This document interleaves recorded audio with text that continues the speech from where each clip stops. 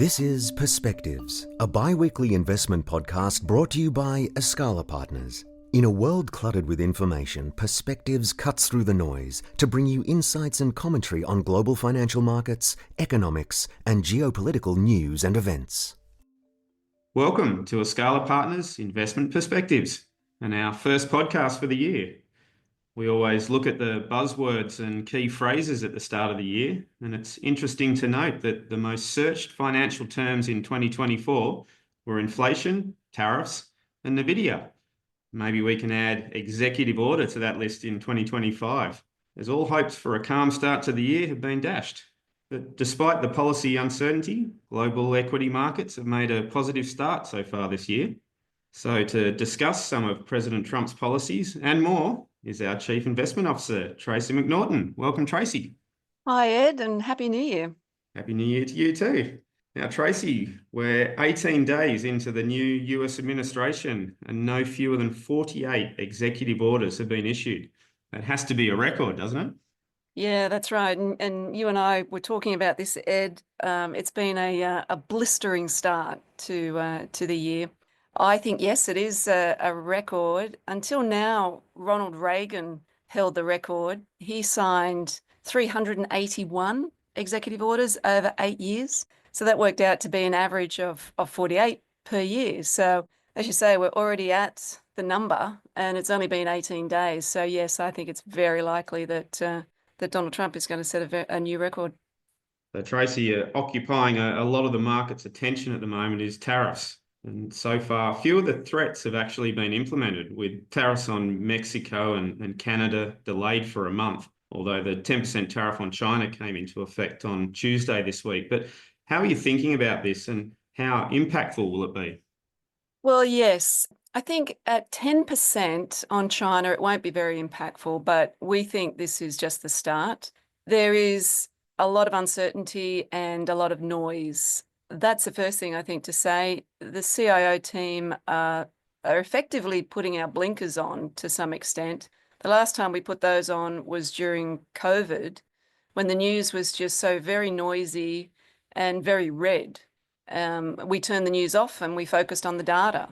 And I think the key for investors over the next 4 years will be that. It'll be to separate the signal from the noise. And how do we do that? We stay disciplined, we stay focused on our process, and we encourage investors to stick with your plan and follow the data.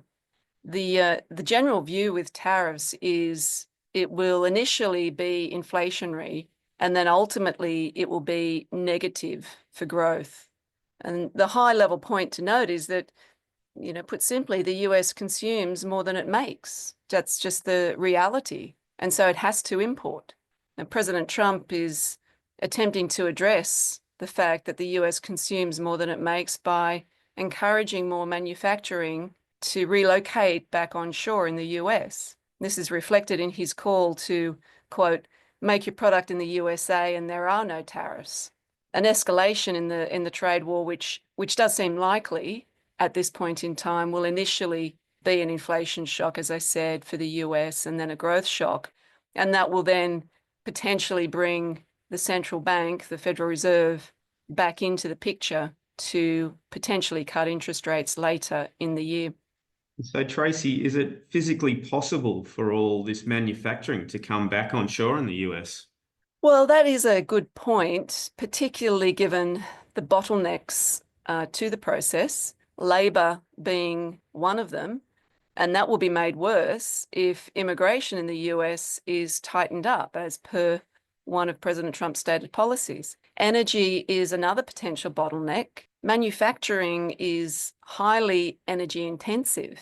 New manufacturers to the US would be competing for an already limited resource, given data centers are a rapidly growing source of demand. I think we've mentioned here before, but by 2030, data centers are expected to consume 9% of total US electricity generated. A third point to note would be that if President Trump does move ahead and implements tariffs on Canadian imports, the cost of building the roads, rail, ports, and plants and other associated infrastructure needed to bring manufacturing into the US goes up.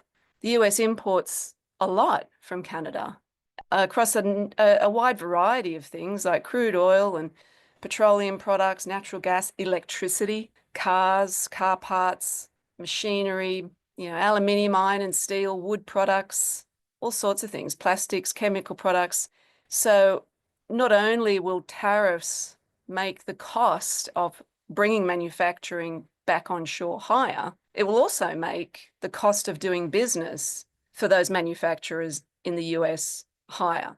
And I often think back to the example in 2018 when General Motors announced job cuts and plant closures in the US at a time when the economy was doing well, in part due to the impact on its cost base of the 25% tariff on imported steel from China. So Tracey, still a lot of unknowns with regards to tariffs. So let's move on to something slightly more certain. It's AI. And why is this Chinese company, DeepSeek, in the news so much? DeepSeek is a Chinese artificial intelligence startup company. The release of its AI model, effectively it's the Chinese equivalent to ChatGPT, on the 20th of January this year, is an earlier than expected threat to the US leadership in AI. China was expected to follow the US, but not this quickly. So the bottom line is that DeepSeek's arrival has challenged a key assumption in AI, that building an artificial intelligence model is expensive and energy intensive.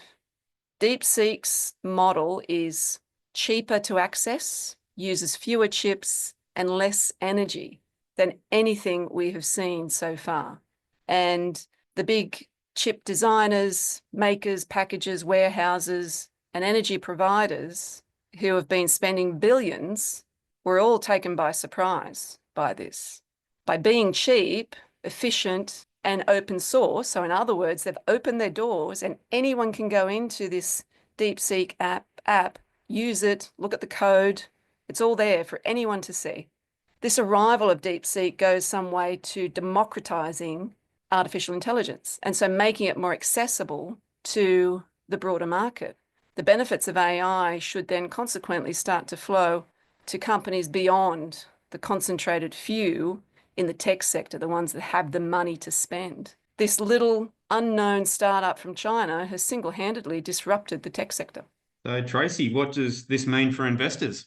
Well, for investors, what this means is, in our view, we believe that we've moved into a new phase of the AI race. We see the artificial intelligence theme being played out across three broad stages. Stage one being semiconductors. So this would include the makers of chip and the designers of chips, companies like chip designer NVIDIA, chip maker TSMC. Stage two is the infrastructure, and this would include data centers and the associated energy infrastructure, companies like Microsoft and Google and Amazon, and energy companies like Constellation Energy.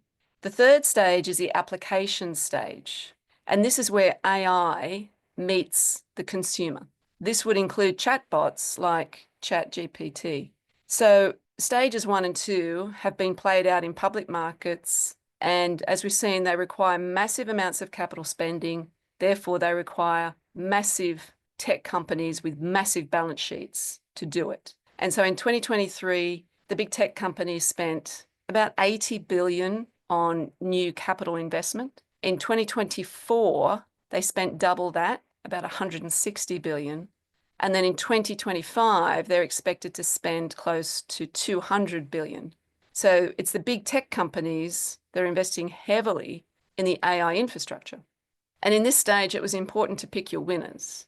To benefit from these first two stages, you really needed to have NVIDIA and Microsoft and many of the other big tech names in your fund. And it was pretty easy to pick the winners because they were the bigger companies with the bigger balance sheets and the ones that were spending. But the application stage is different. In our view, the winner is not so obvious. And so you need to be more diversified to invest in this stage. In fact, the ultimate winner may not even be known yet. Nobody knew about DeepSeek until its arrival 3 weeks ago. The point is, though, the arrival of this cheaper to access AI model will give stage 3 a serious boost in the application stage.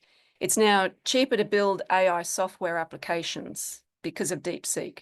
We're going to see a proliferation now of new applications come to market far quicker than was previously expected, including things like Agentic AI. This is where we'll see AI begin to benefit the broader market. But as I said, you need to be diversified in this stage. Really important, because most of the applications will come from startups, and history tells us 80 to 90% of startups fail.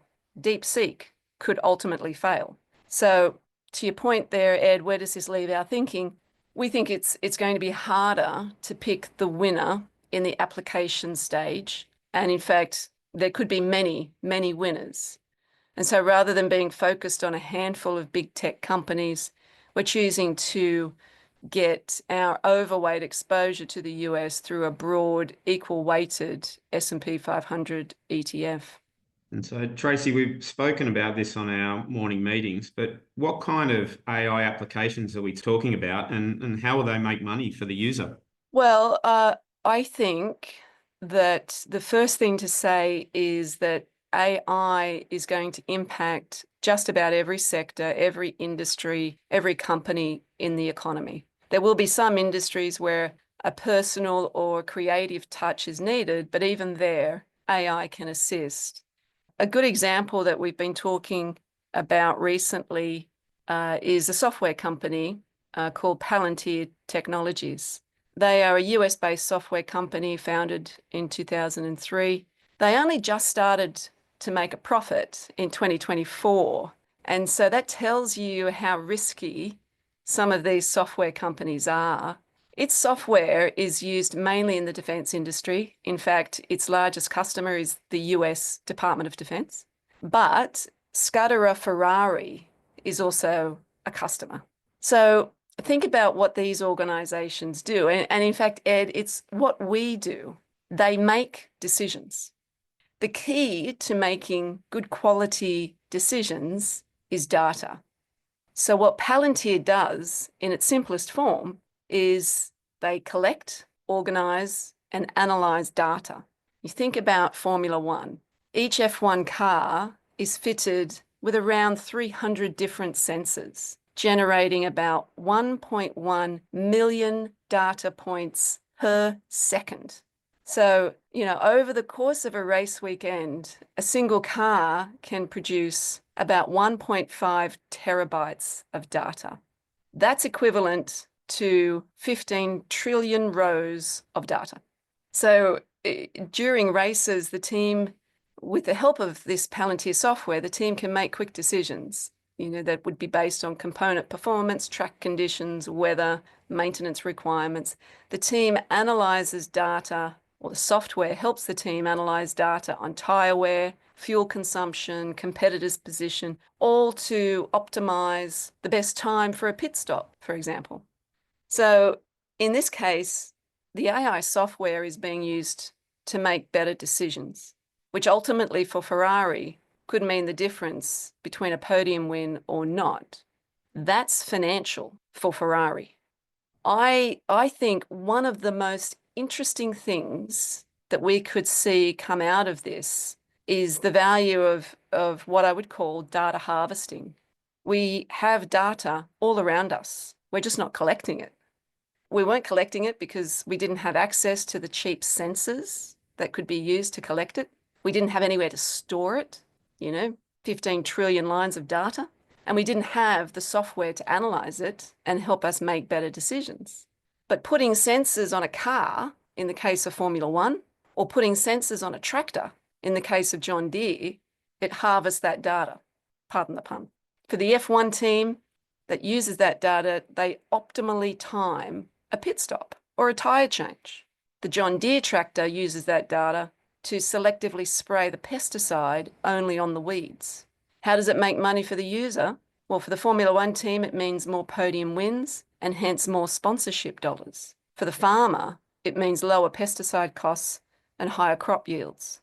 So better decision making is valuable, both in saving money and making money. And I think that is just one of the things that AI at the company level will do, thanks to the proliferation of software designed on models like DeepSeek that are now cheap to access.